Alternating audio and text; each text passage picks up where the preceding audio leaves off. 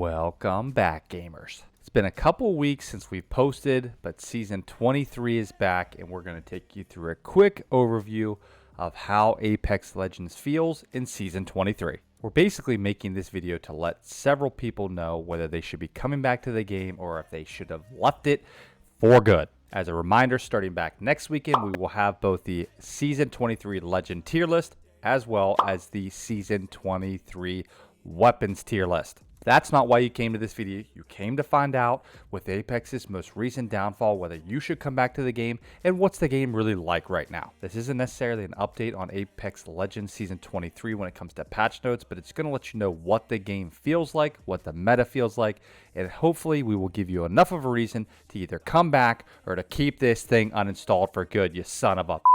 So you're aware we're going to talk about. We're going to go through the Legends, we're going to go through weapons, the meta, how ranked feels, and what the rewards feel like. So if that's what you came for, that's what you'll get. If you didn't, then guess what? It's time to move on and kick your own rocks. Quick update on the Legends. Like I said, this isn't a video for the patch notes, but guess what? We don't use the patch notes. We jump in ranked and start playing. And everybody you see on the screen are a bunch of noobs I ranked up with in solo queue. So let's just be honest with you. We have changed the meta to a support meta. With the update to the crafting system, if you have a support legend, you automatically spawn with both the crafting cards and a mobile res beacon. To be fair, throughout the entire game, you're going to hear res beacons dropping non-stop. So in the good old days, you just push these bad boys, but guess what? They're dropping so often, everyone's pushing them too. But you're going to ask if that is a good thing or a bad thing. In my opinion, I think keeping people alive longer or in the game more active versus dying, go straight back to the lobby is a great thing. Especially in low ranks when people typically die much quicker, this keeps them more active in the game playing. One noteworthy item here is that sometimes it is better just to run away, reset, especially with a support legend, and you're ready to go. On top of that, the legends, like I said, we've got a buff to Gibby, Newcastle, Lifeline rework, so it is most definitely a support meta. The benefit to playing defensive when needed or playing close combat is so much more superior. The days of Vantage sniping you from a long distance and you dying is slim to none now. There are so many survivability items to keep you alive. I think that is, again, a very positive thing. Now, what does that look like in ALGS? Looks like we're going to have 18 squads at the final circle, Gibby bubble, Newcastle, res wall, and Lifeline alt. That's what it means. Now, is that appealing for nuke people to watch? I'm not quite sure. I guess we'll see. But in my opinion, I feel like it is a huge shift to make the game still seem very fast-paced, but people are still alive much longer playing the game. No real legend took a severe nerf. I think all are pretty viable. The only one I see that's not as viable, maybe Seer, still not as useful. But I see every other legend having some ability to mesh with these support legends right now. If anything, I think Vantage also took a huge L because, to be fair, you can get sniped from 300 meters away, but your teammates are just going to pick you up with so many defensive abilities. On top of that, I think Newcastle may be due for a slight nerf. He does feel a little too overpowered, but overall, we'll see what they do with him. The weapons feel really, really good right now. I don't know if I specifically have played any game with the same exact loadout because I felt like I needed to. Now, I will say using a shotgun in this meta is going to be pretty predominant. So if you've not historically been a big-time shotgun user, the Eva, very, very easy. The Mozambiques are still really good. The Akimbos, you also have the PK, all those guns are really strong. Mastiff is incredibly strong. So if you've not been in the meta playing shotguns as of lately, I would pick them up and get some practice with them because they're going to be kind of your best friend, especially when it comes to close combat in most of these POIs. The Havoc is absolutely disgusting on the care package. It's back to the turbocharger. The single shot feels like doo-doo, but I think it's still pretty strong.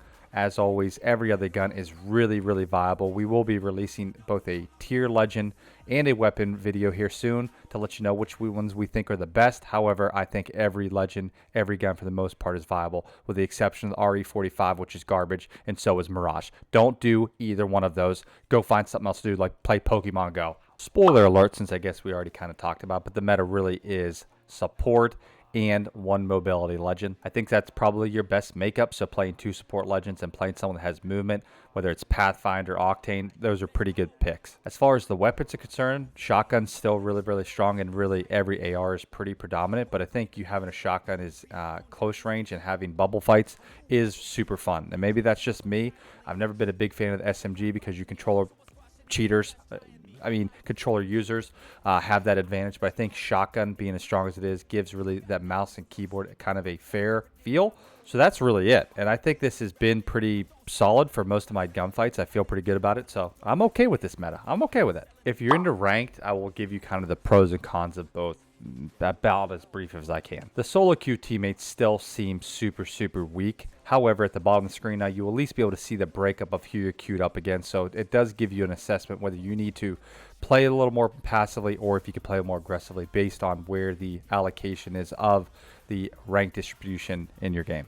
On top of that, since this is a kind of support meta legend, you do have teammates running a little bit more support. So if they do die, you have an opportunity to pick them up a little better. So I think it's a little more balanced. You take 10 less RP per entry. So I think the penalty is a little bit better right now. But if you are playing solo queue, your back's still pretty much up against the wall since most people are 3 stacking nonstop. There are discords to find people. You can use the Apex Legends ones. You can use Battlecord.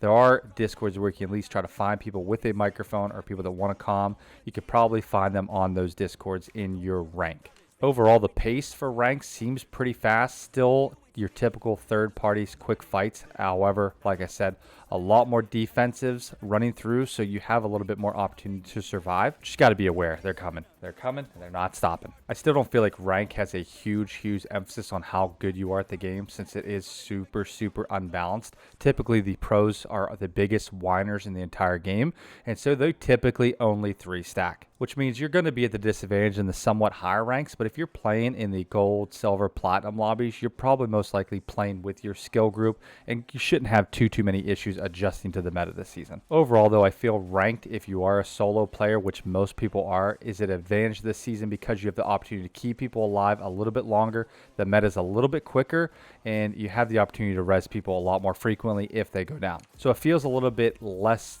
painful than it has in past seasons. As far as the cheaters are concerned, not sure when they come back out, but they'll eventually be out. But for the most part, rank feels pretty smooth right now. And last, the rewards for this game, not much, to be fair. You can spend $3 on the new heirloom if you want to, the universal, but not too much differently there. I still think that the biggest thing Apex is really missing is there doesn't feel like there's a reward for playing this game over time. Through playing the game, you just don't feel like there's a reward system that benefits you for playing. There's no exclusive skins. There's no cool heirlooms. There's nothing really you benefit from without it still being what feels to be a huge money grab. Now, if you're just playing the game to enjoy it, I think it's at a great state right now. I think it's the freshest it's felt. I know people always crave for new content, but listen, at the end of the day, it's a battle royale. They cannot just continue shoving items into this game just so people with short attention spans can enjoy it. Now, I know Fortnite started it.